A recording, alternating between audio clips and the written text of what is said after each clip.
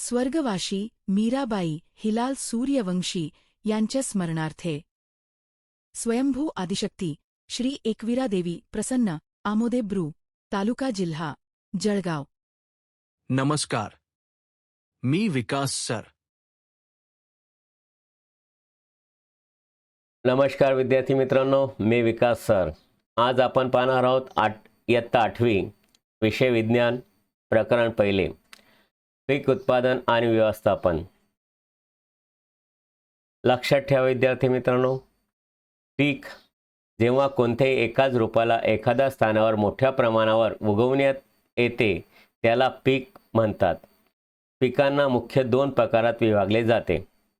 एक खरीप पिके, जी पिके पावसाळ्याच्या ऋतूमध्ये घेण्यात येतात त्यांना खरीप पिके म्हणतात। उदाहरण भात, मका, सोयाबीन, भुईमूग आणि कापूस इत्यादी। 2 रब्बी पिके, जी पिके हिवाळ्या ऋतूमध्ये घेण्यात येतात त्यांना रब्बी पिके म्हणतात। उदाहरण गहू, हरभरे, वाटाणा, मोहरी आणि जवस इत्यादी।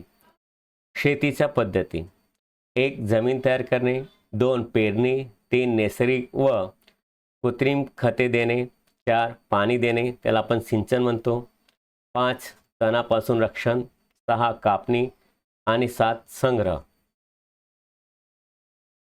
1 जमीन तयार करणे। पीक घेण्याआधी म्हणजे पेरणीपूर्वीचा प्रथम टप्पा म्हणजे जमीन तयार करणे। त्यात महत्त्वाचं असतं नांगरणे, मातीला वर खाली करणे आणि मृदू बनविण्याच्या प्रक्रियेला नांगरणे म्हणतात। ही प्रक्रिया नांगरांच्या मदतीने करतात। नांगर लाकडाचा किंवा लोखंडाचा असतो, आपण चित्रात पाहू शकतो। दुसरे फावडे हे अवजार आहेत जमीन तयार करण्याचे। हे एक साधे अवजार आहे, ते तणाला काढण्यासाठी आणि जमिनीला मृदू करण्यासाठी वापरले जाते। चित्रात फावडे पाहू शकता तुम्ही। दंताळे: आजच्या काळात शेतीची नांगरणी ट्रॅक्टर संचालित दंताळे म्हणजे कल्टिवेटरने करण्यात येते। कल्टिवेटरच्या उपयोगाने श्रम आणि वेळ दोघांची बचत होते। चित्रात तुम्ही पाहिलं असेल आणि प्रत्यक्षात पण आता पाहिलं असेल शेतात। 2 पेरणी। पेरणी हा पीक उत्पादनाचा महत्त्वाचा टप्पा आहे। पेरण्यापूर्वी चांगल्या गुणवत्तेचे स्वच्छ व तंदुरुस्त बियाणे पसंत केले जाते। प्रवृत्ती 1 बीजामधून क्षतियुक्त बीज वेगळे करणे। साधन सामग्री: गव्हाचे दाणे, बीज, बीकर, पाणी। पद्धती: 1 बीकर घेऊन त्याला पाण्याने अर्धा भरा, त्यात 1 मूठ भरून गव्हाचे दाणे टाका आणि त्याला बरोबर हलवा। काही वेळपर्यंत वाट पहा। अवलोकन: थोड्या वेळानंतर अवलोकन केले असता काही बीज पाण्यावर तरंगताना पाहावयास मिळतात। निर्णय: क्षतियुक्त बीज पाण्यावर तरंगतात व चांगले बीज पाण्यात तळाला बसतात। परंपरागत अवजार: परंपरागत रीतीने बियाण्यांची पेरणी करण्यासाठी वापरण्यात येणारे अवजार गाडणे आकाराचे असते, त्याला पांभर म्हणजे स्टिफन असे म्हणतात। आजच्या काळामध्ये ट्रॅक्टरद्वारे संचालित स्टिफनचा उपयोग केला जातो। हे तुम्ही पाहू शकतात गाडणे आकाराचे आणि आता आधुनिक पेरणीचं साधन। 3 नैसर्गिक आणि कृत्रिम खते देणे। वनस्पतीच्या निरोगी वृद्धीसाठी पोषक द्रव्यांच्या स्वरूपात जे पदार्थ मातीमध्ये मिळवतात त्यांना खत असे म्हणतात। खते 2 प्रकारचे असतात, 1 नैसर्गिक खत, 2 कृत्रिम खत। नैसर्गिक खत एक कार्बनिक म्हणजे जैविक पदार्थ आहे, जे वनस्पती किंवा प्राण्यांच्या विघटनाने प्राप्त होते। कृत्रिम खत एक अकार्बनिक पदार्थ आहे। कृत्रिम खत रासायनिक पदार्थ आहे। Urea, ammonium sulphate, super phosphate, di ammonium, nitrogen, phosphorus, potassium युक्त खत। पिकांची फेरबदल ज्यात वेगवेगळ्या पिकांना एकांतरी वाढविण्यात येतात। पूर्वी उत्तर भारतात शेतकरी एका ऋतूमध्ये कडधान्य उगीत होते आणि दुसऱ्या ऋतूत गहू उगवत असे, ज्यामुळे जमिनीत नायट्रोजनची पूर्तता होत असे। शिंबी कुळातील वनस्पतींच्या मुळावरील गाठीमध्ये रायझोबियन बॅक्टेरिया पाहायला मिळतात। ते वातावरणातील मुक्त नायट्रोजन जमिनीमध्ये स्थापन करतात। प्रवृत्ती 3, पिकांची चांगली वृद्धी होण्यासाठी नैसर्गिक खत आणि कृत्रिम खत आवश्यक आहे. साधन सामग्री 3 पात्र, माती, शेणखत, कृत्रिम खत, पाणी, मूग अथवा हरभऱ्याचे दाणे. आकृती व्यवस्थित काढणे. पद्धती: मूग किंवा हरभऱ्याचे दाणे घेऊन त्यांना अंकुरित करा. त्यातून समान आकाराचे 3 प्रांकुळ पसंत करा. आता 3 प्याले किंवा त्यासारखी पात्रे घ्या. त्यावर ए, बी आणि सी अशी खूण करा. प्याला ए मध्ये थोडी माती घेऊन त्यात थोडे शेणखत मिळवा. प्याला बी मध्ये तेवढीच माती घेऊन त्यात थोडे युरिया खत मिळवा. आणि प्याला सी मध्ये पण समान मात्रेत थोडी माती घेऊन इतर काही न मिळवल्याशिवाय तसाच ठेवा. आता प्रत्येक प्याल्यामध्ये समान मात्रेत पाणी टाकून अंकुरित दाण्यांची त्यात रोपणी करा आणि एका सुरक्षित स्थानी ठेवा आणि दररोज पाणी द्या. 7 ते 10 दिवसानंतर त्यांच्या वृद्धीचे अवलोकन करा. अवलोकन: पात्र बीच्या रोपांची वृद्धी सर्वात जास्त आहे. नंतर पात्र एच्या रोपांची वृद्धी आणि पात्र सीच्या रोपांची वृद्धी सर्वात कमी आहे. निर्णय: पिकांच्या वृद्धीसाठी नैसर्गिक खत तसेच कृत्रिम खत आवश्यक आहे. 4. सिंचन: शेतीमध्ये नियमित कालावधीत पाणी देण्याच्या क्रियेला सिंचन असे म्हणतात. सिंचनाचे स्रोत: विहीर, बोर, तलाव, सरोवर, नद्या, धरणे म्हणजे आपण त्याला डॅम म्हणतो, तसेच कालवे सिंचनासाठी पाण्याचे स्रोत आहेत. सिंचनाच्या पारंपरिक पद्धती: 1. मोठ, 2. चैन पंप, 3. ढेकली, 4. रहाट. आधुनिक सिंचन पद्धती: 1. फवारा पद्धती, 2. ठिबक पद्धती. ह्या पद्धती तुम्ही पाहिल्या असतील. ह्या पारंपरिक जुन्या पद्धती आहेत, ते चित्रात तुम्ही पाहू शकता.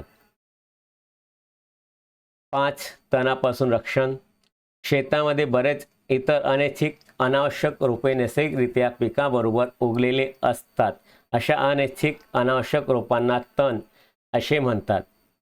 तणाला दूर करण्याच्या प्रक्रियेला निंदणी म्हणतात. निश्चित कालावधीमध्ये तणाला जमिनीलगत हाताने कापण्यात येतात किंवा मुळासहित काढून टाकण्यात येते. या कार्यात खुरपी किंवा तण मुळातून दूर करण्यासाठी तिफनचा सुद्धा वापर करतात. तणाला कित्येक रसायनाच्या मदतीने पण नियंत्रित करण्यात येते. त्याला तणनाशक म्हणतात, जसे की 2,4-D शेतामध्ये तणाचा नाश करण्यासाठी शिंपडले जाते. तुम्ही हे पाहू शकता चित्रामध्ये. 6. कापणी: पीक जेव्हा पूर्ण परिपक्व होते त्यानंतर त्याच्या कापण्याच्या क्रियेला कापणी म्हणतात. आपल्या देशामध्ये विड्याच्या मदतीने हाताने कापणी करण्यात येते किंवा एका मशीनचा उपयोग करण्यात येतो. त्याला हार्वेस्टर म्हणतात.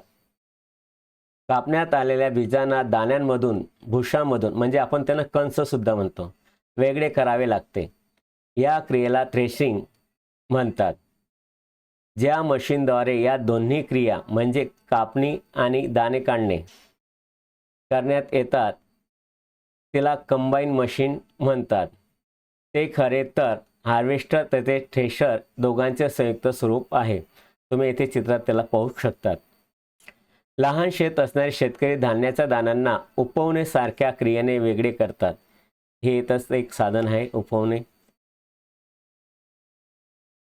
7. संग्रह: उत्पादनाचा संग्रह एक महत्त्वपूर्ण कार्य आहे. तयार झालेल्या धान्याला जास्त कालावधीपर्यंत टिकून ठेवायचे असेल तर त्याला आर्द्रता, कीटक, उंदीर तसेच सूक्ष्म जीवांपासून सुरक्षित ठेवावे लागेल.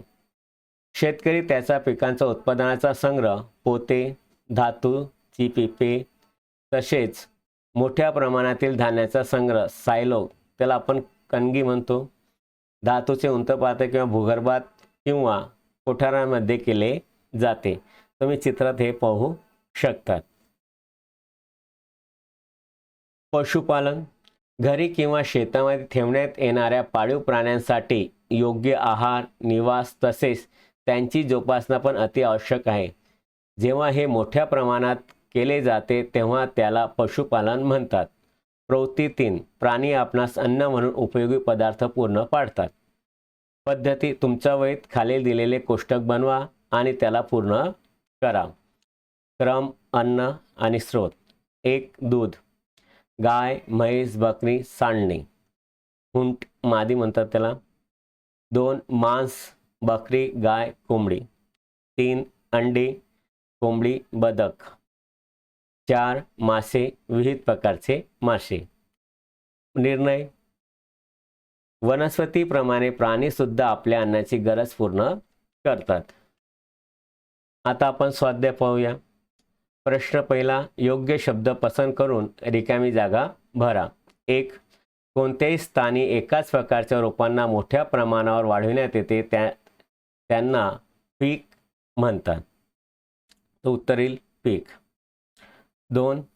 पीक पेरण्यापूर्वी प्रथम टप्पा म्हणजे जमिनीला तयार करणे आहे. 3. क्षतिग्रस्त बिया पाण्याच्या सपाटीवर तरंगतात. 4. पीक उगवण्यासाठी पर्याप्त सूर्याचा प्रकाश तसेच जमिनीतून पाणी तसेच पोषक द्रव्ये आवश्यक आहे. प्रश्न दुसरा.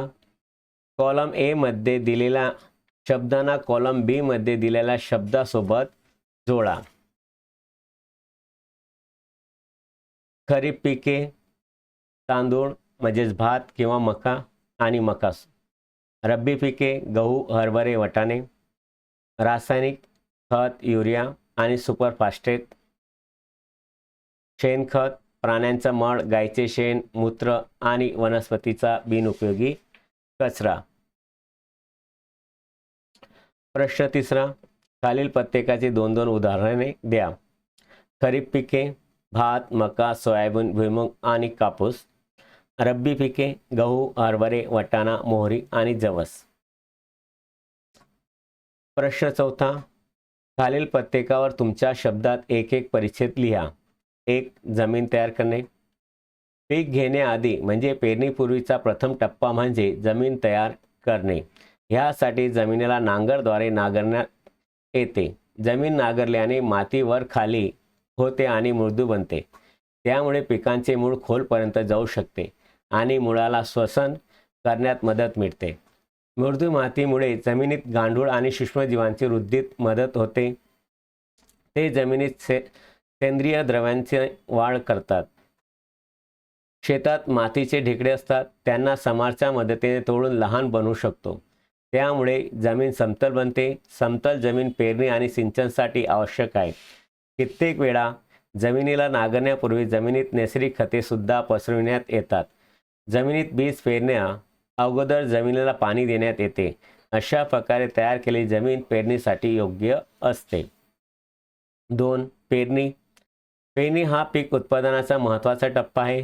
पेरण्यापूर्वी चांगल्या गुणवत्तेचे स्वच्छ व तंदुरुस्त बियाणे पसंत केले जाते. शेतकरी चांगले उत्पन्न प्राप्त करून देणाऱ्या बियाणांना अग्रिमता देतो. पारंपरिक रीतीने बियाण्यांची पेरणी करण्यासाठी वापरले जाणारे अवजार गाडणी आकाराचे असते. त्याला पांभर तिफन म्हणतात. बियाणे गाडणीचा आत टाकले असता ते अनुकुचीदार असलेल्या 2 किंवा 3 पाईपांमधून खाली येतात. ही टोके मातीमध्ये खोलवर जाऊन बियांची स्थापना करतात. आजच्या काळामध्ये ट्रॅक्टरद्वारे संचालित तिफांचा उपयोग केला जातो. त्याद्वारे बियांना मध्ये समान अंतर व खोली ठेवली जाते. बरोबर सुनिश्चित केले जाते की बी मातीमध्ये झाकलेले राहील. सीड ड्रिलद्वारे पेरणी केल्यामुळे वेळ आणि मेहनत दोघांची बचत होते. 3. निंदण. तणाला दूर करण्याच्या क्रियेला निंदणी म्हणतात. तण दूर करणे आवश्यक आहे. शेतकरी तणाला दूर करण्यासाठी विविध पद्धतीचा उपयोग करतो. निश्चित कालावधीमध्ये तणाला जमिनीलगत हाताने कापण्यात येते किंवा मुळासहित काढून टाकण्यात येते. या कार्यात खुरपी किंवा तण मुळातून दूर करण्यासाठी तिफन सीड ड्रिलचा सुद्धा वापर करतात. पिके पेरण्यापूर्वी शेतामध्ये नांगरणीद्वारे तण दूर करण्यात आणि नाश करण्यास मदत होते. त्यामुळे तण सुकून मृत पावतात आणि मातीमध्ये मिसळते. तणाला कित्येक रसायनाच्या मदतीने पण नियंत्रित करण्यात येते. त्याला तणनाशक म्हणतात, जसे की 2,4-D, शेतामध्ये तणाचा नाश करण्यासाठी शिंपडले जाते. त्यामुळे तणाचा नाश होतो, परंतु मुख्य पिकाला नुकसान होत नाही. तणनाशकाचे योग्य मात्रेत द्रावण मिसळण्यासाठी त्याला पाण्यात मंद करण्यात येते आणि त्याच्या स्प्रेच्या मदतीने शेतामध्ये फवारणी करण्यात येते. 4. थ्रेसिंग. पीक जेव्हा पूर्ण परिपक्व होते त्यानंतर त्याची कापणी करण्यात येते. कापण्यात आलेल्या बीजांना दाण्यामधून भुशामधून म्हणजेच कणसामधून वेगळे करावे लागते. या क्रियेला थ्रेसिंग म्हणतात. ह्यासाठी यांत्रिक साधन थ्रेशर आहे. कापणी करण्याचे हार्वेस्टर तसेच थ्रेशर दोघांचे संयुक्त स्वरूप कंबाईन मशीन आहे. त्याद्वारे कापणी करू शकतो आणि दाणे पण वेगळे पाडू शकतो. प्रश्न 5. समजावा की कृत्रिम खते कशा प्रकारे नैसर्गिक खतांपेक्षा वेगळी आहेत. उत्तर. कृत्रिम खते आणि नैसर्गिक खतांपेक्षा खालीलप्रमाणे वेगळी आहेत. कृत्रिम खत रासायनिक पदार्थ आहे. नैसर्गिक खत हे सेंद्रिय पदार्थ आहेत. ते कार्बनिक पदार्थांमधून बनले आहे. कृत्रिम खताचे उत्पादन कारखान्यात होते, जेव्हा नैसर्गिक खत शेतात किंवा घराच्या अंगणात तयार होते. कृत्रिम खतामधून जमिनीला सेंद्रिय पदार्थ प्राप्त होत नाही, जेव्हा नैसर्गिक खतामुळे जमिनीला भरपूर सेंद्रिय पदार्थ प्राप्त होतात. कृत्रिम खत जमिनीची सुपीकता कमी होते. ते रासायनिक असल्यामुळे जल प्रदूषण आणि जमिनीचे प्रदूषण करतात, जेव्हा नैसर्गिक खत जमिनीची संरचना सुधारते. कृत्रिम खतात रासायनिक पदार्थ पाण्यात द्राव्य असल्याने पिकांवर पोषक तत्व लगेच परिणाम करतात आणि परिणामी लवकर वापरले जाते. त्यामुळे दरवर्षी कृत्रिम खत टाकावे लागते. जेव्हा नैसर्गिक खत पाण्यात अल्पद्राव्य आहे, ते एकदा टाकल्यानंतर 2-3 वर्षापर्यंत त्याचे पोषक तत्व जमिनीत राहतात. त्यामुळे नैसर्गिक खत दरवर्षी टाकण्याची गरज पडत नाही. प्रश्न 6. सिंचन म्हणजे काय? पाण्याची बचत करणाऱ्या सिंचनाच्या 2 पद्धतीचे वर्णन करा. उत्तर.